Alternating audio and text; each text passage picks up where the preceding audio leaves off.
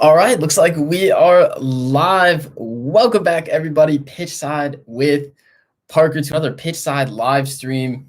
Very excited to be back here today because we have so much stuff to break down. Shout out to all the people on YouTube. Shout out to all the people on Instagram. What's up, Patrick? Glad to see you. I see some people on YouTube. Thanks for hitting that like button early on. If you're watching this later on the stream, be sure to hit that like button. Be sure to subscribe to the channel if you're new. If you're on IG, make sure you're following YouTube. If you're on YouTube, follow my IG. Lots of good stuff around here. Vic's already in the comments. Pain. I feel you, man. Vic is a Barcelona fan. Real Madrid have taken El Clasico. Benzema does it again. And then a pair of, you could call them lucky goals for either team, for Madrid's second and Barcelona's goal. And there you go. Or not lucky goal for Barcelona, but they evened out after that is my point. But Benzema, man. Benzema, what a finish from him. He shows up in the big moments. This is what we talk about all the time. And he sinks Barcelona. Vic, I need to know how you're feeling, man, because if we look at the live table, I'll just go ahead and start with El Clasico. Be sure to leave your thoughts if you're coming into the stream. I am open to any and all topics. We're also going to be talking about U.S. Women's National Team being back today as well, and some very, very exciting stuff in the NWSL through the first couple of games. Just got done watching NC Courage and the Washington Spirit 3-2. What a game. And then last night, I mean, all kinds of drama, but we can get into that later. Let's start with El Clasico. Yes, Vic, he's in pain because this is what the table looks like now in La Liga. Real Madrid on 66 points, Atleti on 66 points, Barca on 65 points. So that win really shook everything up, and it should set up quite a crazy stretch down the end of the La Liga season. Barcelona and Atletico still have to play. That game is like a month away still. But that will be a huge game in deciding it. Vic says it's not over, but we have a tough schedule compared to Madrid sides. That is true. I think Real has the easiest run-in if you were to compare all three of them, simply because they don't have to play either Atleti or Barcelona again. But Atleti do have that game in hand. So although they're tied with Madrid right now, they play tomorrow against Betis. And so all eyes will certainly be on that one. The Madrid fans will be watching. The Barcelona fans will be watching. And very curious to see what Atletico come up with in that game, because I said this in my video on Friday. If you missed it, when I was looking forward to that game, I said, Atletico have not done well in the pressure situations this year. They didn't do well in Champions League once it got to the knockout stages. They have crumbled a little bit since Christmas time, basically, since Real and since Barcelona started heating up. And so, yeah, I mean, I'm starting to get to the point where it feels disrespectful to Atletico Madrid, but I'm starting to count them out in a way. To me, it seems like it's down to Barcelona and Real Madrid, even though Atletico have had this fantastic season and they've been ahead the entire time. As Vic said, Suarez is injured as well. I mean, I'm pretty sure Suarez is still like top of the goal scorer table in La Liga. Like, he has really been the guy for them. So yeah, they're missing him a lot. And yeah, man, I'm losing faith. I'm losing a little bit of faith in Atletico. But if you disagree, feel free to say that in the comments. But for me, it's starting to come down to Real and Barcelona. And today, Real showed a lot of fortitude, because it's not as if they dominated this game. I mean, they hit Barcelona where they were weak, which was on the counterattack. And I thought Jordi Alba was much to blame for the first goal, stepping up too high, missing his tackle, and it gave all the space on the wing for Vasquez, who, of course, slaughtered into Benzema, and a magnificent finish from Benz. And then, bro, on the free kick, I got to be honest, I think Alba should be clearing that off the line as well. And then we got both sides of Alba in this game, because then he did get the assist for the Mingueza goal, a classic Alba Messi link up. but it just felt like Barcelona were soft. They were able to be beaten on that counterattack. Madrid knew it, and they played into Madrid's hands in that. So I can see why Vic's first comment was pain, because it was like they had to go for this game. They really had to. They had to be on the front foot. They started with a back five. They ended up having to kind of switch it around a little bit because, again, Alba was not doing enough coming forward, coming back. And so, yeah, man, that's how it went for them. Madrid took advantage, and it took some nervy moments at the end as well. Madrid had to show some real fortitude. Tim's on IG. Wish I could hang, but I'm at work. Keep the good content coming. Man, I appreciate it, Tim. Appreciate the comment, man. And thanks for stopping by for a little bit even that means a lot. Anybody new to the stream, be sure to hit that like button. Be sure to subscribe to the channel if you're new. Turn on those post notifications so you know when I'm going live, because these are a lot of fun, man. And yes, the ending. This is what we have to touch on because Barcelona came so close. Ilai Moriba hitting the crossbar, the late substitution. And I think I imagine all the Real Madrid fans, their hearts were in their throat. They were clinching up because I was nervous, and I don't even have any preference between these two teams. And also, let me point out, Ter Stegen might have come close as well.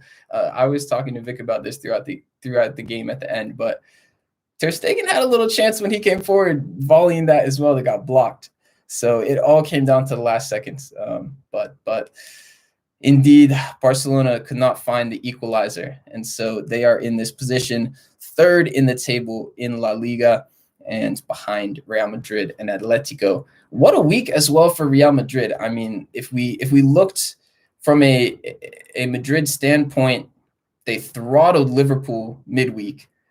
An incredible performance from Vinicius Jr. I didn't get to make any videos after the Champions League games, but a brace from Vinicius really out of nowhere. But they played quite well against Liverpool, and I thought that they really handled that game well. So between that performance, putting them in a very strong position to move on into the Champions League semifinals, and then this, which really puts their title challenge fully in full force heading to the end of the season. If you are a Madrid fan, I am sure that this is a wonderful moment from you, and really redemption for what's been a pretty poor season. And at the beginning of the season, it looked very rough for Madrid. So they've come a long way since then, and I think credit Zidane. He's done a great job considering the injuries they've had to deal with. I mean, look at the back four that Madrid were playing today. I mean, Mendy at left back obviously is good, but Nacho and Militao in the middle, Lucas Vazquez at right back, and they're able to get the job done. Even Marcelo coming on and doing a job in the second half. The midfield has been carrying them. Benzema has been carrying them, and they've all been really good this season. So what's Vic saying? Really missed a striker today. Yeah, I have to agree. That two-striker setup with Dembouz and with Messi, I think both of them really have that intention to drift out wide or come back into the midfield to get the ball a little bit. Like, Dembouz is not a target man. So, yeah, I do feel that was something that was missing a bit today. Like, but, you know, Braithwaite is not really the guy. Griezmann was on the bench. Is he going to really be a hold-up striker either? I don't think so. So, yeah, man, only works if there's space in behind. It's true. And like I said, Madrid, they were playing very deep. They were waiting on Barcelona, soaking up the pressure and countering and letting those players come forward, letting the Albas of the world come forward, and Dest in the first half, even though he got taken off at halftime, letting them come forward and just hitting that space. So, yeah, man, it was I feel that Madrid came with a really good setup, and Barcelona, they're in a tough spot because they had to attack this game. I mean, 3 points did them a lot better than 1 point in this game. And the difference between a draw and a loss here seemed pretty negligible to me. I mean, yes, it does put Real Madrid further in front, but at the same time, I mean, if they were to draw this game, that would only be good for Atleti, really. So I think Barca really needed the full 3 points. And, yeah, man, I feel for you, man. I feel for you. It was a tough one to swallow, I'm sure, as a Barca fan. So yes, that is our El Clasico recap and breakdown. Very excited to see how this La Liga season turns out, and the final stretch should be quite interesting. So thanks, Vic, for the comments, and to everybody else in the stream. If you're just joining, be sure to hit that like button. Be sure to subscribe if you haven't already, and drop your comments in the chat as well. Don't be shy, man. I appreciate Vic leaving those comments. It helps me out on these live streams because I like to interact a little bit. That's what's fun about these videos. Y'all don't just want to hear me talk. So be sure to leave your comments in as well. We are going to move on to some other topics, notably the U.S. women's national team. So back in action today against Sweden, and a 1-1 draw between USA and Sweden. I think caught a lot of people off guard, but Sweden doing their thing. I said this in my Friday video as well. I am a fan of Sweden, okay? So I wasn't too mad at this performance. I mean, I know a lot of people were salty that are U.S. women's national team fans. It's not good enough. This team they should have scored. You know, they left Sweden in the game too long. Sweden played well, man. Give them some credit. But yeah, it broke a streak of 16 straight wins for the U.S. women's national team, all coming under Vlatko Andonovski. He had not lost a game. I mean, he still hasn't, because they did manage the draw at the end, but it felt low-key like a loss. I think it really did, because they got the penalty at the end, and yeah, they put a little pressure on those final 5 minutes, but for most of the game, outside of a couple of chances from Rose Lavelle, they really didn't have anything going on in this game. And I thought Sweden defended brilliantly against the United States. Get a drink for a sec.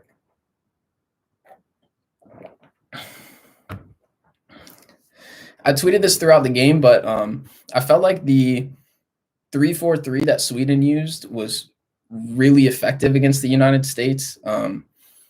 Usually the U.S. finds a lot of strength, because when you look at their fullbacks, Kelly O'Hara, Midge Purse when she plays over there, Crystal Dunn, of course, they have some of the best attacking fullbacks out there. And so what I noticed in this game is that, because with that 3-4-3, you have those two wide midfielders who are kind of like wing backs, but they're also, you know, pushed up onto the fullbacks a little bit when Sweden did have the ball. And then you've got wide forwards as well. They seem to be able to keep tabs on the U.S. wide players very well.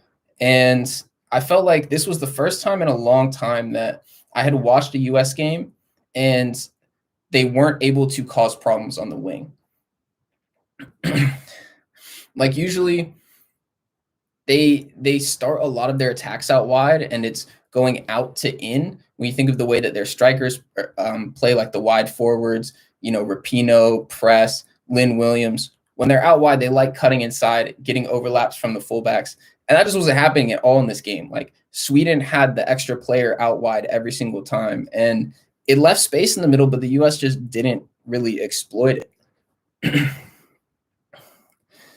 And I think that's why Rose Lavelle, I thought, was the most dangerous player while she was on the pitch for the U.S., because there was that space through the middle. But the U.S., I think, through, you know, a combination of just frustration, some sloppy play, and a lack of movement, they weren't really able to exploit that. So Sweden basically were like, look, you're not going to be able to take us down the wings, beat us through the middle, and the U.S. didn't do it. And for me, that was kind of the story of the game. Like, I don't think, you know, this says anything particularly negative about the United States. I don't think it dims my hopes of them doing well at the Olympics or anything, but it's just the fact that a really good team came with a really good game plan, and the U.S. didn't have the creativity and didn't have the problem solving to be able to adjust to that and still win the game. And that would be the only slight concern, but at the same time,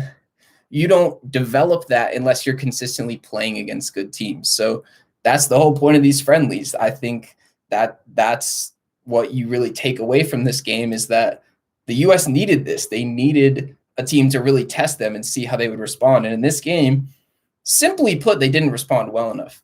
They got really lucky for that penalty at the end. I don't know what Jakobsen was doing, because I'll be totally honest, at that point in the game, I was hoping Sweden would see it out, and just gave away such a stupid penalty. Like, she tried to say it was outside the box. No, it wasn't. That was a terrible foul. And then, Rapinoe did score the penalty. But what's Indy saying? Rose Lavelle is the best U.S. player, no cap. Hey, speak on it, man. I still think Sam Mewis is better, but Rose Lavelle to me is definitely more fun to watch. I think she's the most creative player, and she's definitely the best dribbler on the team. I mean, she was dicing people up. I think I counted at least 2 or 3 nutmegs from her in this game. And then that one shot, I want to give credit to Falk, the Swedish keeper, because she made some big saves in this game.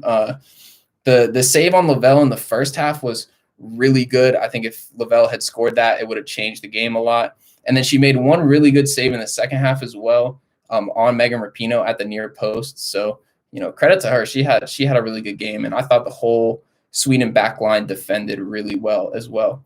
The work rate was crazy. Like, what I was saying about their tactics with their wingbacks and their wide players, they had to drop back so much to actually implement that and make it work. Like, I was surprised that they weren't gassed, because usually what happens with the U.S. is they're just so much more fit and they press high, and they just usually are more athletic than the other team. And Sweden really outdid them in that regard in this game as well. I mean, I think for the most part, U.S. were definitely outplayed. Vic, Lavelle is techie. Yeah, bro, she is. I'm telling you. She's special with the ball at her feet, no doubt.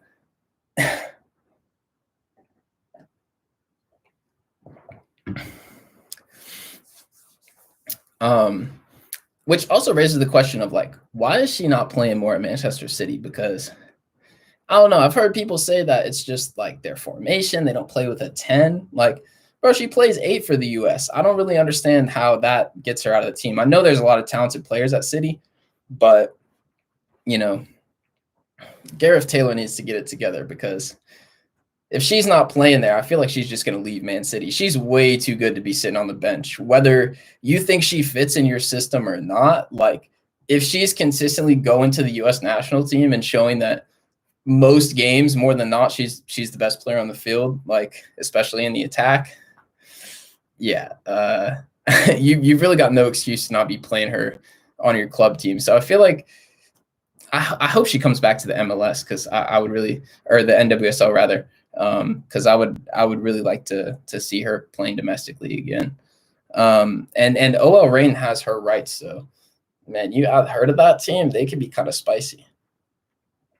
But yeah, so that is the recap of the U.S. women's national team game. They will be back in action on Tuesday against France, and unfortunately, they have scheduled that game at the exact same time as Bayern and PSG's second leg, which, I mean, just in general, it doesn't make a lot of sense, because you should be trying to get as much visibility on your game as possible. But even just from a more specific standpoint about this game, like, how are you going to schedule the French national team at the same time as PSG, when the French national team has like a number of PSG players as key parts of the team? Like, I don't understand how they ended up coming to that decision. But I do think that that's a big game for the U.S. And to me, I think in a way that game will actually say more about the United States than this game will, because, I mean, it's a much different type of test, but to me, that will show how they respond from this Sweden game. Because as I mentioned, I felt like I didn't really see much, problem solving. I didn't see much adjustments, and that comes down to both Vlatko and the players. But I think if they show more against France and they come out and perform like we've seen them perform in the She Believes Cup against top teams, like I thought in the She Believes Cup they did really well against Canada and Brazil, and made it look like there was a gulf in class between them and between those teams. So if they play like that against France, I think most people's worries will be gone, that they might have developed during this game. And then, if they continue to struggle, then maybe that's where we raise some red flags. AZC's in the building. Let's go. They said Tobin instead of Williams, and we are a million times better. Yeah, I mean, I think we've talked about this in the comments before, but yeah, I feel like US misses a lot of that width, like playing both Press and Lynn Williams at the same time. Both of them, their inclination is just to cut in and score. And yeah, I think having Tobin as a natural winger definitely helps. So do you have any update on what her injury status is? Because, I mean, I hope she's in the 18 going to Tokyo, but I don't know if she's going to be fit by then. But yeah, I agree with you. I think she would bring a lot of balance to the team that we could use. Like, even when Rapinoe came on, I thought it was slightly more balanced from an attacking standpoint.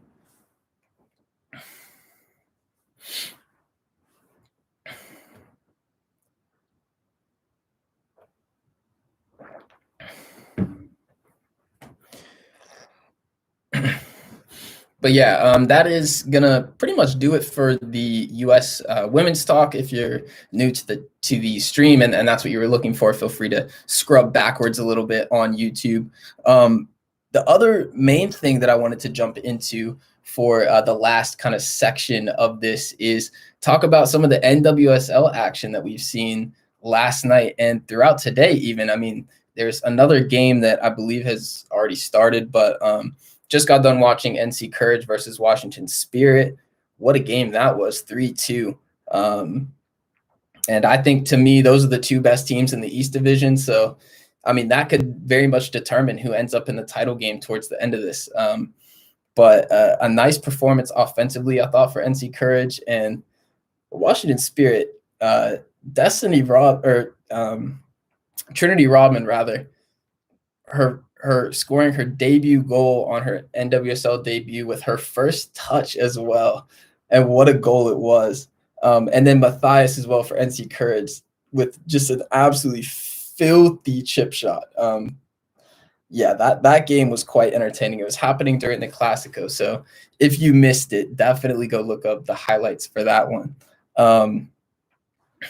AZC said, I don't know about Tobin injury. I heard 12-week recovery, but that feels like 12 weeks ago.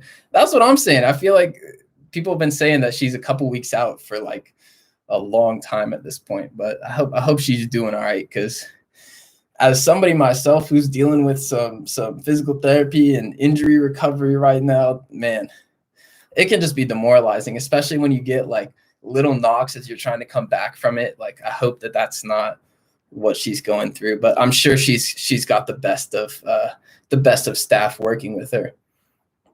Now, AZC, I wanted to get your thoughts on something, because I know you're a referee, and I wanted to talk about this little incident that happened last night in the Kansas City versus Portland Thorns game. Morgan Weaver and Kristen Edmonds getting into it. There was a little kerfuffle towards the end of the game. One player had already been sent off for Portland Thorns. The Portland Thorns coach got sent off after that as well. And then they got a double red card after their little brush up. I mean, to me, yeah, I felt like Edmonds went a little over the top on that, and I felt like Weaver didn't really do a whole lot on that. Like, to me, it wasn't a double red card, but I could see why the ref called that, I guess. But the ref wasn't even like watching the play. So AZC, I need to get your thoughts on this as a referee. Like, I don't know if you've seen that or you saw the video.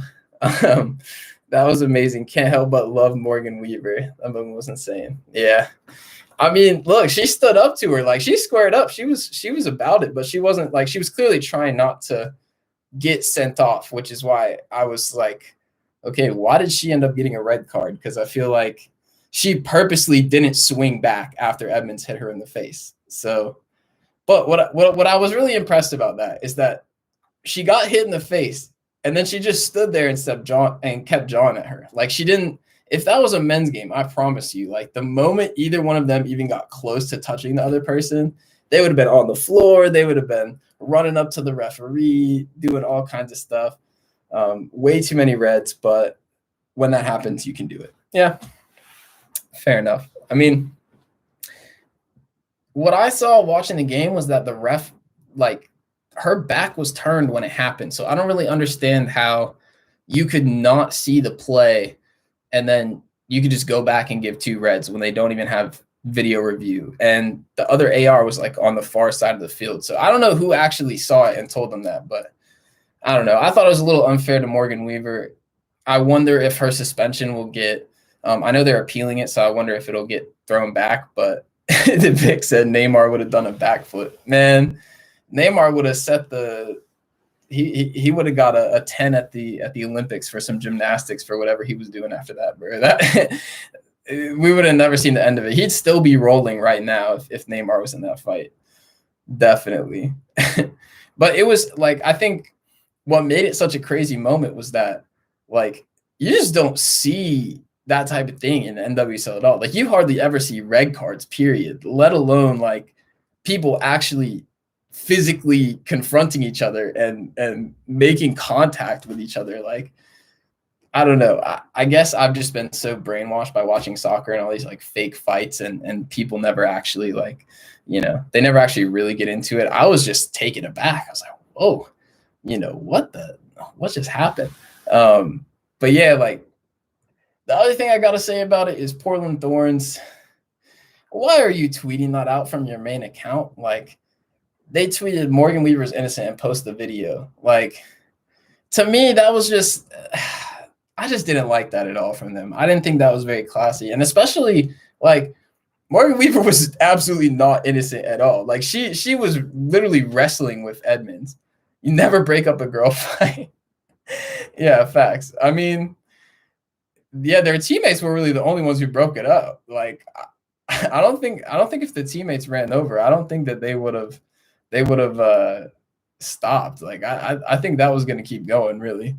Yeah, I don't think oh man, but Portland Thorns, to me, that was a little classist, the way that they like tweeted out the video and stuff, and I don't know, like, injecting yourself into that situation and saying that, like, if you're gonna appeal it, just appeal it. It's whatever. But it was just very unnecessary, and yeah, I wasn't a big fan of that. Like, it was the type of thing where in the moment you see it and you're like, oh, this is wild, this is fun. It's like something that you're just like, oh my gosh, and you go Twitter for the reaction. But why are you gonna like, they made it into this big thing, and then it was just like a war in the comments of people like, oh, you know, she was innocent. No, she wasn't. Yeah, she was. Should have been a red card. No.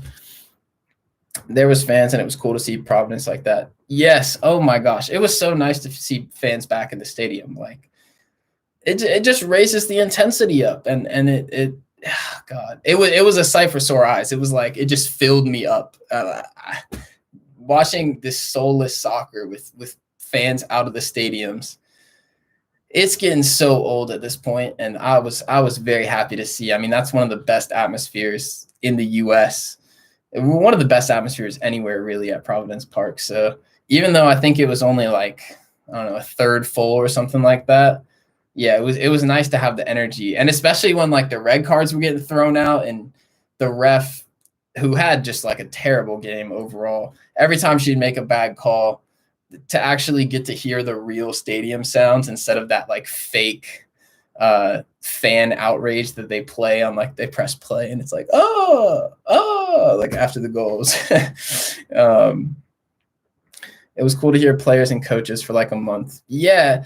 I mean, that was about the only benefit. I think at first, yeah, you felt like you were watching a documentary. Like, you were just like, oh my gosh, I can hear everything. I feel like I'm at the field. Like, I remember that when they first came out with it and they had the choice, it was like, okay, you can watch with sound or you can watch with just the mics in the stadium. I would always just choose the empty stadium because I wanted to hear the players. I was the same way.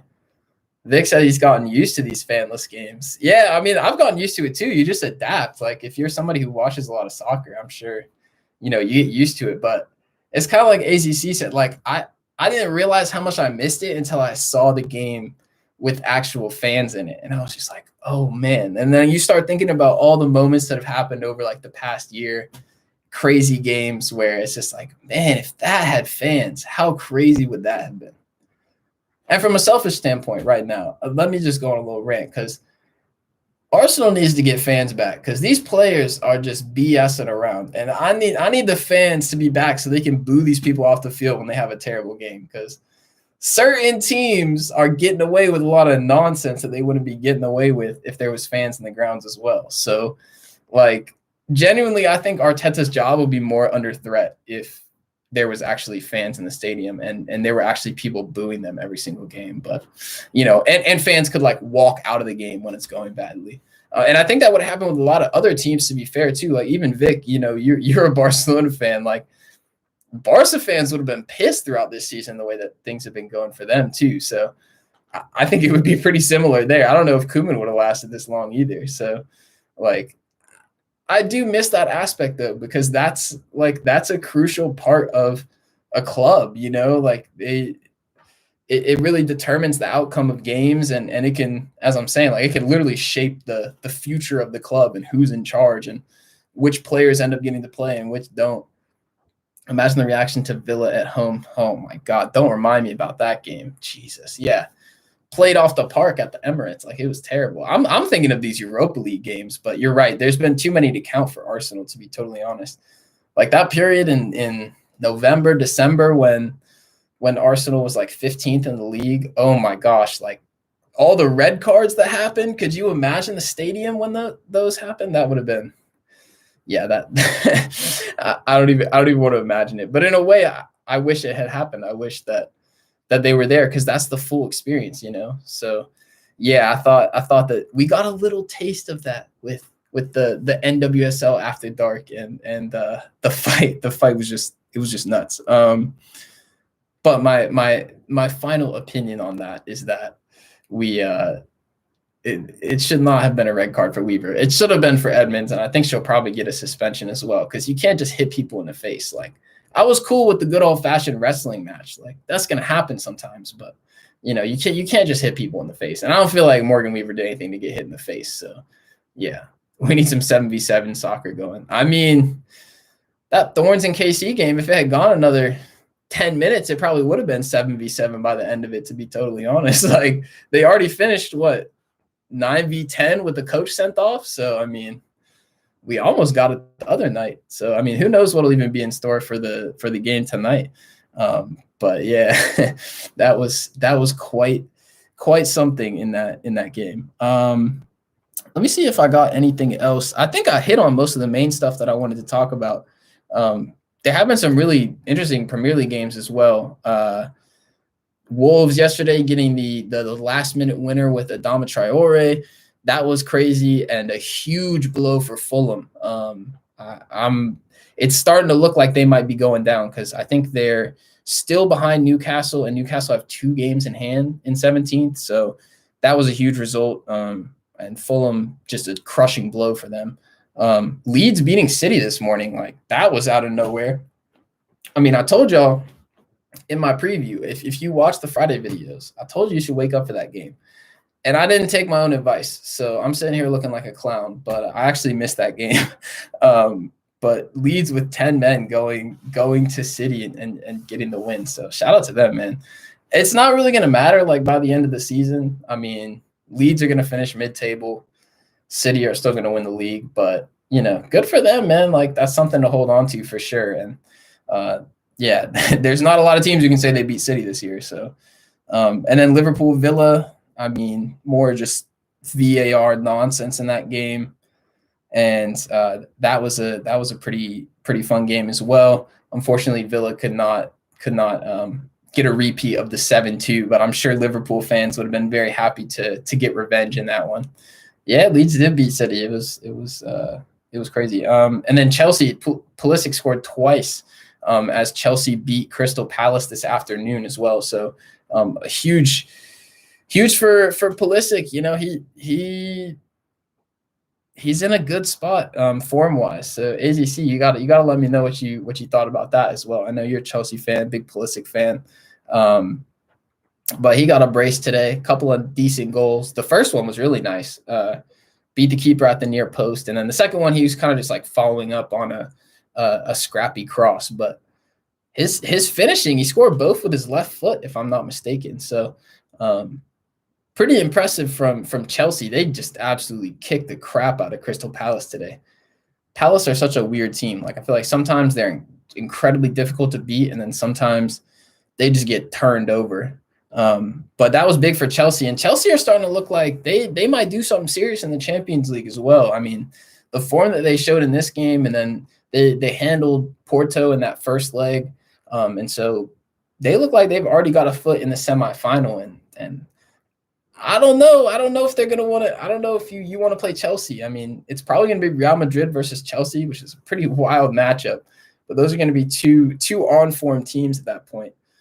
Pulisic, didn't mention it because I didn't know if you already talked about it. Nah, I didn't. But yeah, he's a beast. He showed it today. I mean, yeah, he'll probably come down with another hamstring injury. I think he's got about probably 4 days left on his current hamstrings, and then they're probably going to go. He and Des need to play on the same side of USIMO. Yeah, that link up would be crazy. I mean, I like the idea of having him on the left. I mean, even if you just look at the way he scored those 2 goals today, it was him being present at the back post after a cross, basically. And I mean, Des is going to be crossing it from the right. So I think no matter which side he's on, he's going to be a problem. But yeah, that link up would be crazy for sure.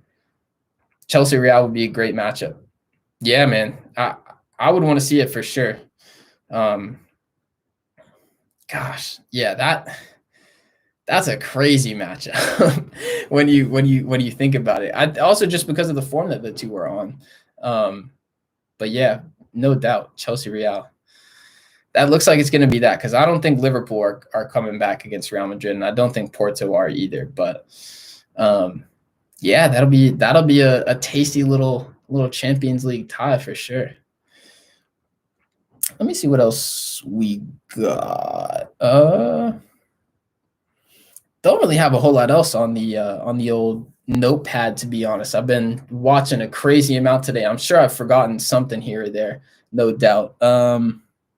Oh, Daryl DK scored as well. Speaking of U.S. national team players, he's at this point he's making it pretty hard to not pick him as your striker. Like, the goal scoring form that he's been on for Barnsley, I think he could really do some things with the national team. I think at this point, like, he's probably going to get a Premier League move the way he's been scoring. And you look at the rate that strikers get picked up from the Championship, like, he might be worth 20-25 million at the end of the season to go to a Premier League team. So, he might be playing for like Newcastle next year or something, Crystal Palace. I don't know, but DK's been on a run form. That was on the notes as well. Yeah, so that's pretty much it. But if y'all have any other thoughts, be sure to leave them in the comments. AZC, Vic, anybody else who wants to jump in. I might stay around for a couple more minutes, but then I will probably head out. It has been quite a long day.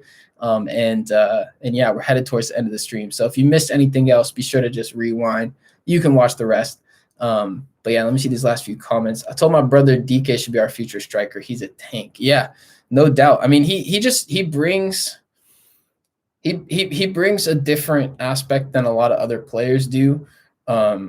He's so good at running in behind. And I think that the thing that has impressed me watching his goals with Barnsley is that a lot of them have been very just like good positioning from him, just him being in the right place at the right time. And that's something that I think some of the strikers I've seen play for the US recently have been lacking, is that nose for the ball and that positional awareness in the box and that ability to finish it. And he definitely has that, no doubt. And I think you combine that with, his strength and his ability to hold up the ball and to run in behind. I think he could be a very solid piece. I'm not totally sure how he would fit with the rest of the team, because he definitely thrives in that Championship, big man up top, lump it up to him, play off the second ball kind of role. But at the same time, I mean, you can't deny the goal scoring form that he's been in. So I think he has to get a call up to the U.S. national team, and I'd be quite disappointed if he doesn't, to be honest. I'm gonna look up real quick and see if he's eligible for the Olympics. I don't know exactly how old he is, but I know he was a MLS rookie last year. I mean, yeah, he's 20 years old, so he should be on the Olympic team, right? But the U.S. didn't make the Olympics, so that's tough. But yeah, playing our last friendly. Was he not with the team that didn't qualify? Like, I feel like they could have used him, subbed on for 30 minutes or so. Gotcha. But yeah, he definitely needs to be in the conversation. Next World Cup roster, I don't see how he couldn't be on it, especially if he gets a move to the Premier League and does well. I mean, yeah, the future is bright for him for sure. But anyway, yeah, I think that we'll probably wrap it up here. I don't have a whole lot else to chat about, but we covered a lot of great topics in this video. We hit on the El Clasico.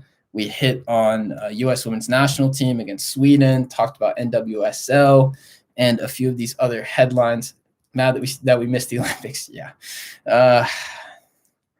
I got to be honest. I'm at the point where, like, I kind of just found it a little bit funny. I know that that's kind of terrible, but if I was watching that game against Honduras, the USA was so much the worst team in that game. Like, I understand people who say we should be at that level. Like, in general, I agree. But if you just look at what they're actually putting out on the field, they didn't deserve to win that qualifying. They didn't even deserve to make it there. So, like, just from an aspect of, like, I wish we were playing in the tournament, sure. But, I mean, didn't really deserve it. So, it would have been a steal if they had actually made it, based on what I saw from how that team played and how they were coached and the players. But anyway, yeah, that is going to wrap it up. Thanks to everybody who came through. I really appreciate it. If you're new around here, be sure to hit that subscribe button. If you enjoyed the videos, maybe you've been around a little bit, you haven't hit that subscribe button, or you're subscribed but you haven't hit that notification bell, do that, man, so you don't miss the next live stream. I will be looking to do a few more of these for sure. I enjoy them, but having the interaction helps a lot. So shout out to AZC for sure. Shout out to Vic. Shout out to Indy. All the people who came through. Tim as well on Instagram. I appreciate y'all so much, and keep the support up. I'll have Arsenal review coming tomorrow, and then we'll be back at it for another great week of content. The rest of the week. So 6 videos next week. You already know you can count on it. But until then, I'll catch y'all later. Thanks for coming through, and catch you on the next one.